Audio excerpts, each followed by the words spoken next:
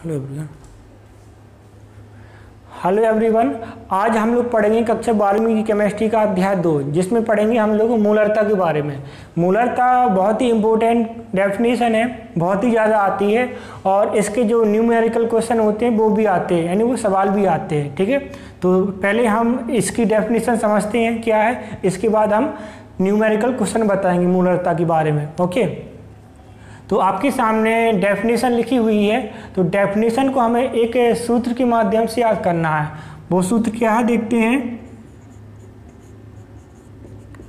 मूलरता बराबर विलेय के मूलों की संख्या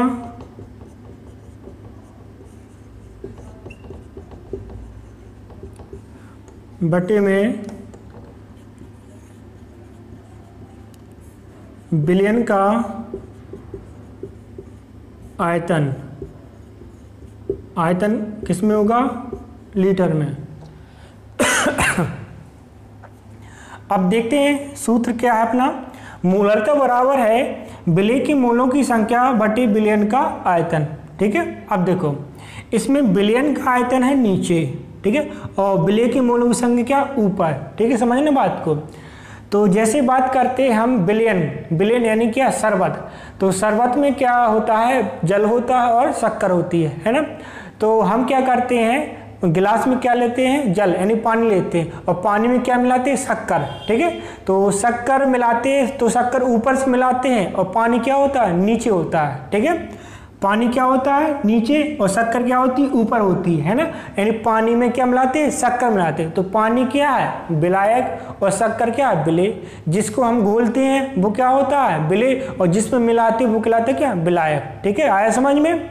तो इसी प्रकार से आपको समझना है कि विलयन का आयतन है नीचे और विलेय के मूलों की संख्या लिखी क्या? ऊपर। तो डेफिनेशन क्या बनेगी? विलयन के 1 लीटर, लीटर यानी क्या? 1, यहाँ पे कुछ नहीं तो क्या होता है? 1। तो विलयन के 1 लीटर आयतन में, ठीक है, विलयन के 1 लीटर आयतन में उपस्थित, उपस्थित यानी क्या? मिली हुई। ठीक है, विलयन के 1 लीटर आयतन में उपस्थित विलेय के मूलों की संख्या ऊपर, है ना।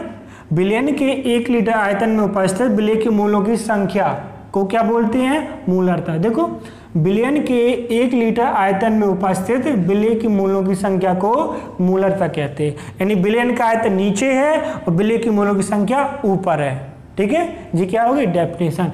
इसे किससे शो करते हैं? कैपिटल M से प्रदर्शित करते हैं। ठीक है, इसका मात्रक क्या? मोल प्रति लीटर। देखो मोलों की संख्या है तो क्या? मोल, और आयतन के लिए क्या होता है? लीटर। तो जब मात्रक निकालते हो बटे के लिए क्या लगाते? प्रति। तो मात्रक क्या हो गया? मोल प्रति लीटर। ठीक है, एवं शुद्ध जल की मूलरता 55.56 होती है। ये भी याद करना है आपको। कितनी होती है? 55.56 होती है। ओके, इस प्रकार से हम सूत्र के माध्यम से डेफिनेशन को समझ लेंगे। ओके, अब इसमें आगे देखते हैं सूत्र को। आगे इसलिए देखना है क्योंकि इसके माध्यम से क्या लगेंगे? सवाल लगेंगे। देखो, क्योंकि मोल बराबर होता है क्या? भार बटे अणुभार। क्या होता है? मोल बराबर होता है भार बटे अणुभार। अब देखो मोल किसका है? विलेय का। तो यहां पर क्या हो जाएगा? विलेय का भार हो जाएगा और विलेय का अणुभार हो जाएगा। ठीक है, तो आगे सूत्र क्या बनेगा? कैपिटल M बराबर, है ना। किससे शो करते? Capital M। देखो विलेय के मूलों की संख्या, तो भार, तो भार किसका रहेगा? विलेय का, विलेय का भार, है ना। और बटे में क्या रहेगा? विलेय का अणुभार, विलेय का अणुभार। और देखो इनटू में क्या रहेगा? विलयन का आयतन, विलयन का आयतन। ओके, ये याद करना है सूत्र। ठीक है, सवाल के लिए आपको ये सूत्र याद रखना है। आए समझ में? मोल बराबर होता है भार बटे अणुभार। तो अगर विलेय के मोल हैं तो क्या हो जाएगा, विलेय का भार और विलेय का अणुभार। तो भार रहेगा ऊपर, विलेय का भार, और अणुभार क्या आ जाएगा, नीचे आ जाएगा। ठीक है, और नीचे पहले से विलयन का आयतन पहले से, तो इनटू में वो भी आ जाएगा विलयन का आयतन। ठीक है, तो ये ध्यान रखना, विलेय का भार बटे विलेय का अणुभार गुणा में विलयन का आयतन। इस सूत्र की सहायता से हम मूलरता के न्यूमेरिकल सवाल को सॉल्व करेंगे। ठीक है, देखते हैं सवाल क्या है। आपके सामने क्वेश्चन लिखा है, मूलरता का न्यूमेरिकल क्वेश्चन है। इसमें क्या लिखा है देखते हैं। कास्टिक सोडा NaOH के 120 ग्राम 2 लीटर विलयन में विलय हैं, तो विलयन की मूलरता ज्ञात करो। ओके, 2 लीटर विलयन है मतलब क्या, विलयन का आयतन, विलयन का आयतन कितना दिया है, विलयन का आयतन 2 लीटर दिया है। ओके, अब क्या दिया, कास्टिक सोडा के 120 ग्राम विलयन में घुले हैं, घुले यानी क्या, विलय। तो ये क्या दिया, कास्टिक सोडा विलय, तो विलय NaOH का भार दिया है, कितना दिया है भार, 120 ग्राम। ओके, अब निकालना है आपको विलय का अणुभार। तो विलय NaOH का अणुभार,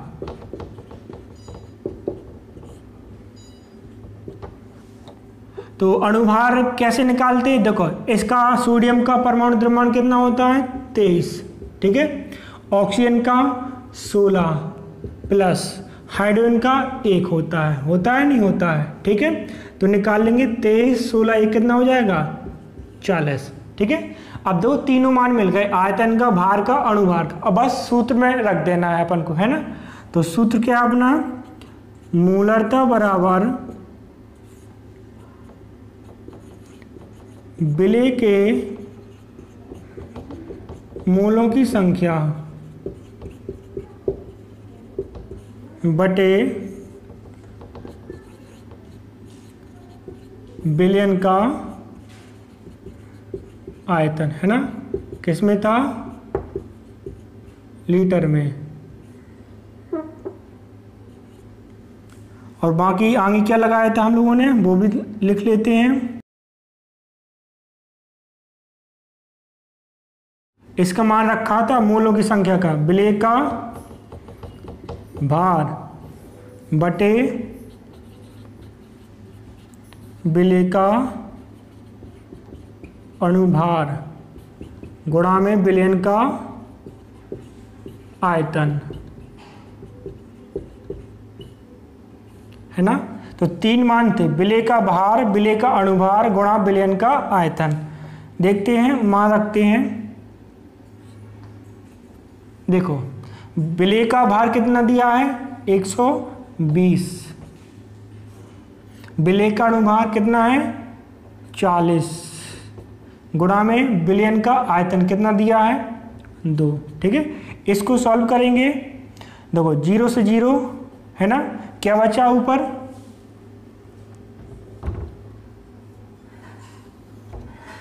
ऊपर बचा है 12 बटे में 4 गुणा में 2। 4 से 12 काटो कितना आएगा, 3 बटे में 2। 2 का भाग 3 में लगाएंगे कितना आ जाएगा, 1.5 है ना, 1.5 यानी 1.5 आ जाएगा। इसकी इकाई क्या होती है, मोल प्रति लीटर। ये अपना क्या हो गया, आंसर हो गया। ओके, इस प्रकार से मोलरता की न्यूमेरिकल क्वेश्चन को सॉल्व करना है। कोई सा भी सवाल हो मोलरता का, इसी प्रकार से सॉल्व होगा आपका। ओके, ध्यान रखना है। अब अगले सवाल में देखते हैं क्या पूछ रहा है। इसमें पूछ रहा है कि मोलरता ज्ञात करना है। ठीक है, उसमें क्या था पिछले सवाल में, मोलरता। ठीक है, इसमें क्या ज्ञात करना है, मोलरता ज्ञात करना है। ठीक है, देखते हैं क्वेश्चन में क्या है। 500 ग्राम जल में 4 ग्राम NaOH घुला है। ओके, ठीक है, ध्यान रखना 500 ग्राम जल में 4 ग्राम NaOH घुला है। तो कौन घुला है, NaOH, ठीक है। तो जो घुला है वो विलय किस में घुला है, इसमें, तो जी क्या कहलाएगा, विलायक। इतना ध्यान रखना है, ठीक है। जिसमें घुला है कोई तो क्या विलय, और जिसमें घोला गया वो क्या है, विलायक, ठीक है। 500 ग्राम जल में 4 ग्राम NaOH घुला है तो विलयन की मोलरता ज्ञात करो, ठीक है। 500 ग्राम क्या हो गया, विलायक, क्योंकि इसमें घुला है, कौन घुला है, 4 ग्राम NaOH, तो ये क्या है, विलय, ठीक है। सॉल्व करते हैं, देखते हैं, मोलरता ज्ञात करना है। दिया है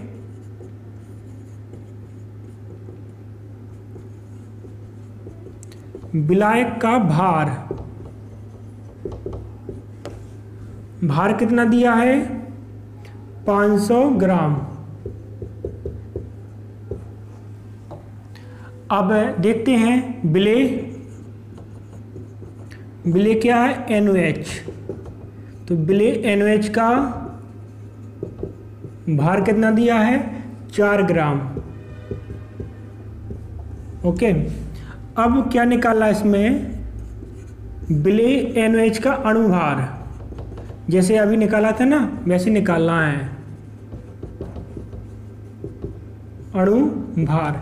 तो कैसे निकलेगा, Na का परमाणु द्रव्यमान 23, ऑक्सीजन का 16, हाइड्रोजन का 1, 23 16 1 कितना हो जाएगा, 40, ठीक है। अब देखते हैं मोलरता,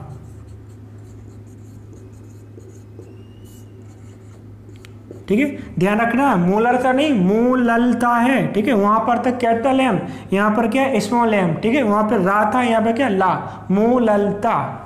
इसका सूत्र होता है विलय के मोलों की संख्या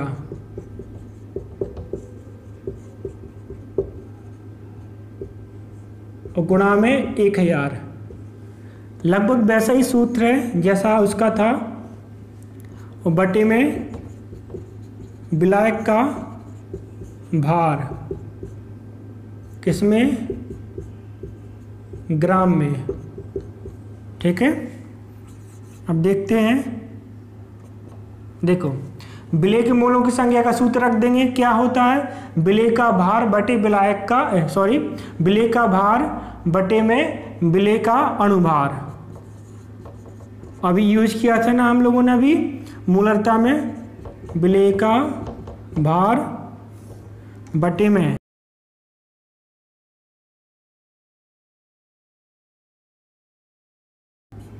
गुणा में क्या है, नीचे विलायक का भार, तो ये भी लिख देंगे, विलायक का भार, ठीक है। ऊपर क्या गुणा में 1000, ठीक है। अब रखेंगे मान क्या है, विलय का भार, तो विलय का भार कितना दिया है, 4 है ना, 1000 इंटू में, तो इंटू में 1000 कर देंगे। आया समझ में, देखो यहाँ पे सूत्र रख दिया इसका, विलय के मोलों की संख्या का सूत्र यूज किया था, क्या था, विलय का भार बटे विलय का अणुभार, तो बटे में क्या आ जाएगा, अणुभार, और इंटू में क्या है, बटे में विलायक का भार, ऊपर 1000 है तो वो भी आ जाएगा। अब मान रख दो, विलय का भार कितना दिया है, 4 गुणा में 1000, विलय का अणुभार, तो विलय का अणुभार कितना दिया है, 40, ठीक है। और विलायक का भार कितना दिया है, 500, ठीक है। तो 1 0 2 0 और 3 0 है ना, पूरा कट गया, पूरे 0 कट गए यहाँ पे। अब देखते हैं क्या बचा है, देखो ऊपर बचा है क्या, 4 और नीचे 4 गुणा में 5, 4 गुणा में 5, 4 से 4 कट गया, ऊपर क्या बचा है 1 और नीचे 5 है ना। अब 5 का भाग जाएगा 1 में, तो पॉइंट में आएगा आंसर, तो 5 का भाग 1 में लगाएंगे कितना आ जाएगा, 0.2 आ जाएगा, है ना। इसकी इकाई क्या होती है, मोल प्रति किलोग्राम, ये अपना आंसर हो जाएगा, ठीक है। 5 का भाग 1 में जाएगा नहीं तो दशमलव लगाएंगे, ठीक है, तो 0 कर देंगे, 5 दूनी 10 यानी 0.2 अपना आंसर आ जाएगा, ठीक है। तो इस प्रकार से ये मोलरता का सवाल लगना है, ठीक है। ध्यान रखना है मोलरता के क्वेश्चन, न्यूमेरिकल क्वेश्चन आते रहते हैं हमेशा, ठीक है। तो इस प्रकार से आप लोग लगाते रहना, जितने भी सवाल आएंगे इसी प्रकार से आएंगे। अगर आप हमारे चैनल पर नए हैं तो हमारे चैनल को अभी तक सब्सक्राइब नहीं किया है तो सब्सक्राइब भी करें और साथ में घंटी का बटन भी दबाएं।